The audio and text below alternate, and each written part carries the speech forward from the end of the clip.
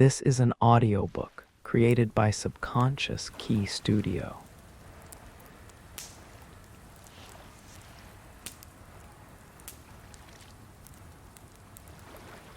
Have you ever stood in a room full of light, only to watch it slowly dim, not from a setting sun, but from some inner, inexplicable shift?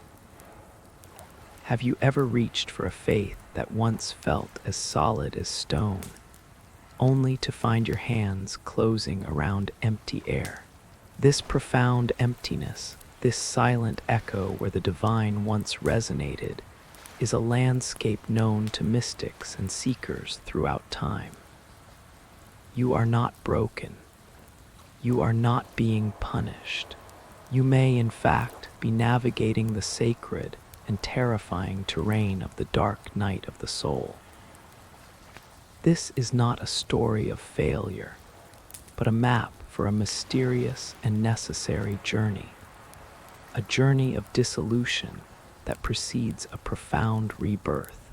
For the next hour, let us be your compassionate companion in the dark. To understand this experience, we must travel back to a small, stone-walled prison cell in 16th century Spain. Here, the poet and mystic, St. John of the Cross, languished in captivity. It was in this profound physical and spiritual darkness that he first penned his sublime poem, The Dark Night. For him, this was not a sign of God's absence, but rather a secret, loving operation of divine grace, a profound purification of the soul. He described it as a journey away from the sensory and into the spiritual, a journey we take when our old ways of connecting with the sacred are no longer sufficient. He identified clear hallmarks of this night. First, a feeling of utter abandonment, as if the universe itself has turned a deaf ear to your prayers. Second, a pervasive dryness, where meditation, prayer, and rituals that once filled you with warmth and meaning now feel like empty gestures, performed in a barren desert. And third, perhaps most mysteriously, a strange, stubborn pull to continue anyway, a faint, tenacious thread of hope that tugs at you even in the deepest despair, refusing to let you completely abandon the path. Now we must make a crucial, life-affirming distinction. The dark night of the soul is a spiritual crisis, while clinical depression is a medical condition. They can walk hand in hand, their symptoms overlapping in a tangled weave of anguish, but their core origins and treatments differ. Clinical depression often whispers a devastating lie to the soul. You are worthless. Life is meaningless. The dark night, however, sings a different, more painful song. It is a deep, aching yearning for a meaning and a connection that you feel you have profoundly lost. Depression can make you want to withdraw from life itself. The dark night often makes you want to withdraw from a specific, now empty spiritual structure, while the rest of life may still hold flickers of interest. It is a crisis of relationship with the divine or the transcendent. This is not a journey to walk alone, and this is a vital note. These two conditions can, and often do, coexist. If you find yourself in this dark place, seeking the guidance of a therapist or doctor is an act of profound courage and wisdom. This audio is meant to be a spiritual companion on your path, a lantern in the philosophical dark. But it is not a replacement for professional medical care.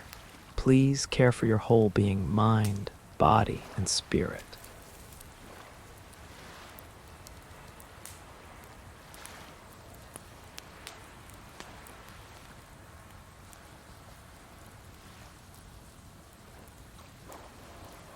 Concepts and definitions can only take us so far. To truly understand the texture of this night, we must listen to the voices of those who have walked this path before us.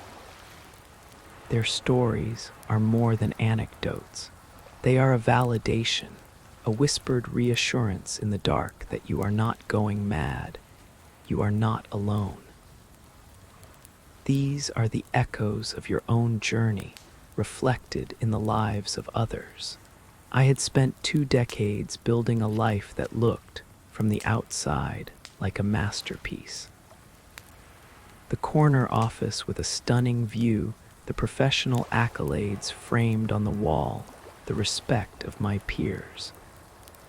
I was an architect of my own destiny, but then it was as if a filter fell over my eyes. The vibrant colors of my ambition, my drive, my satisfaction, they all just drained away, leaving everything in a monochrome of gray. I was still building skyscrapers, but my inner world was a vacant lot, littered with the debris of old dreams. My morning meditation, a 20-year ritual that had been my anchor, suddenly felt like I was speaking into a void. The silence on the other side was absolute, and it was a different silence than before. It was hollow, vacant. I wasn't clinically sad, I was spiritually bankrupt. The meticulously drawn blueprint for my life, the one I had followed so diligently, no longer made any sense, and I had no idea how to draw a new one. For my entire life, my art was my prayer. Weaving was my meditation, the loom my altar. The flow of colors and textures was a tangible conversation with something larger than myself. Then, without warning, the well ran utterly dry. This wasn't a simple creative block, it was a soul block. The loom of my imagination fell into a silence so deep it was deafening. I would sit for hours in my studio, surrounded by beautiful materials, and feel nothing, a profound numbness. I felt like a complete fraud. If I could no longer create, who was I? What was my purpose? The connection I felt to the divine through the act of creation had vanished, severed at the root. I was left adrift in a terrifying, internal silence, a kind of spiritual muteness where my native language had been stolen. The beauty was still in the world, but I could no longer touch it, and I was terrified I never would again. After my mother passed, a gray fog settled over my life. At first, I thought it was simple, straightforward grief. But as the months wore on, I realized I wasn't just grieving her, I was grieving God. The faith that had held my hand through every hardship, the presence I felt in church, the comfort I drew from prayer, it all just dissolved. I'd kneel and beg for a sliver of comfort, for a sense of her peace, and feel nothing but the cold floor beneath my knees and the empty silence of the room. I was going through the motions for my family, making meals, driving to school, reading bedtime stories. But inside, I felt utterly, cosmically alone. The love for my children was still there, a fierce, biological constant. But the larger meaning behind that love, the spiritual context that made it part of a benevolent universe, had gone dark. It felt like the sun had gone out, and I was left trying to tend a garden in eternal twilight.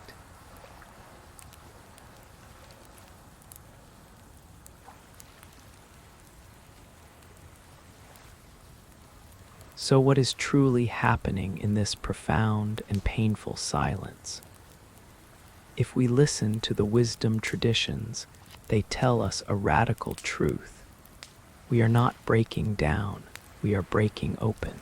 We are being carefully, lovingly unmade, only to be remade into something more authentic and vast.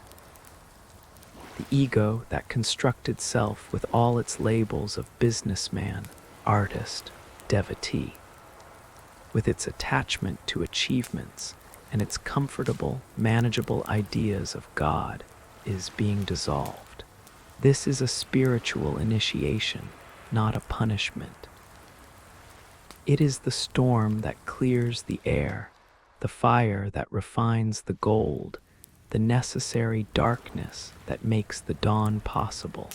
Let us sit with one of the most beautiful and precise metaphors for this process: the caterpillar and the chrysalis.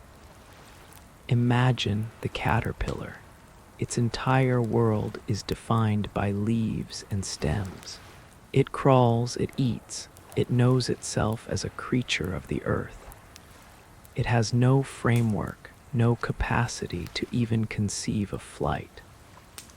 To become a butterfly, it must enter the darkness of the chrysalis. Inside, its body does not simply grow wings. It dissolves. It turns into a soupy, formless essence.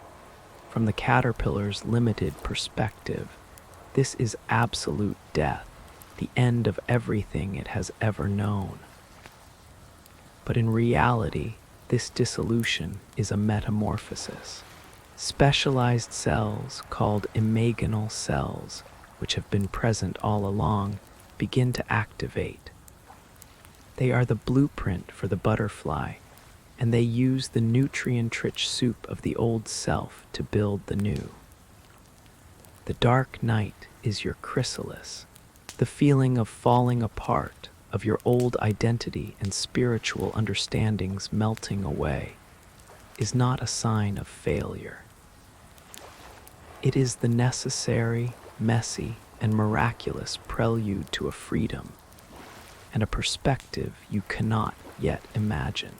Your old self, your caterpillar faith, is sacrificially making way for the wings of your soul.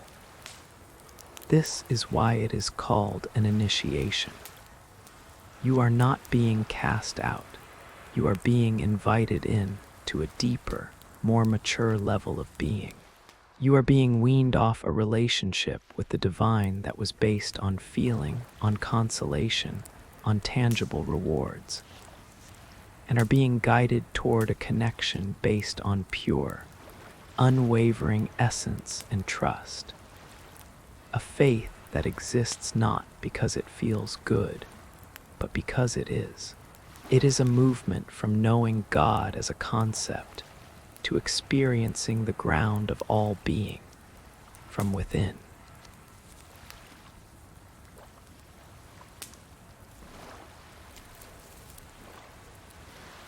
So how does one navigate this terrain without being consumed by the darkness? The key is not to fight the night, but to learn to see by its subtle light, to walk gently. First, practice surrender over striving. Exhaust yourself from trying to claw your way back to your old spiritual feelings. Instead, practice a mantra of release. I do not know. I cannot fix this.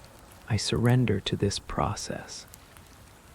Second, bathe yourself in radical self-compassion. Speak to yourself as you would to a beloved friend who has suffered a great loss. Offer yourself kindness, patience, and the permission to not be okay. Third, anchor yourself in your senses and in the natural world. The body is your anchor when the spirit feels lost at sea. Walk in the woods and feel the crunch of leaves underfoot.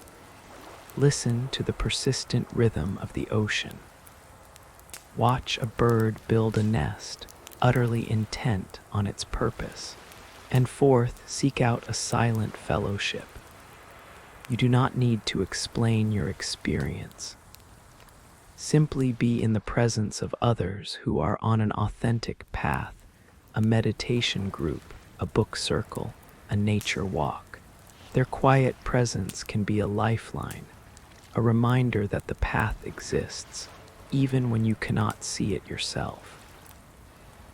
And then, one ordinary day, often when you have finally exhausted yourself from seeking and have simply given up, you will notice a subtle internal shift. The darkness will feel less like a prison and more like a quiet cocoon. A sense of peace, deeper and more stable than any fleeting feeling of happiness you've known, will begin to seep into the cracks of your being. This, at last, is the dawn. The frantic voice of the ego has quieted, and the timeless, quiet voice of the true self is beginning to speak. You will find an authenticity that is unshakable because it was forged in the fire of not knowing. You will discover that the divine did not abandon you. You were simply shedding a skin that was too small, learning to perceive a sacred presence that was always there, in a new, more intimate and profound way. The love you feel will be less possessive, the peace more enduring, the connection more intrinsic to your very being. The night is long and its terrain can be harsh, but remember, it is not eternal. Dawn always, always follows. Trust the mysterious journey you are on. Trust the dissolution, for it is making space for a more magnificent you. Your soul is not lost. It is, with profound and loving intention, finding its way home. May you wear this darkness as a sacred cloak. May you find hidden stars to guide you. And may you carry the quiet, unshakable peace of the coming dawn deep within your heart until the light returns. You are on a sacred path. Walk on, brave traveler, walk on.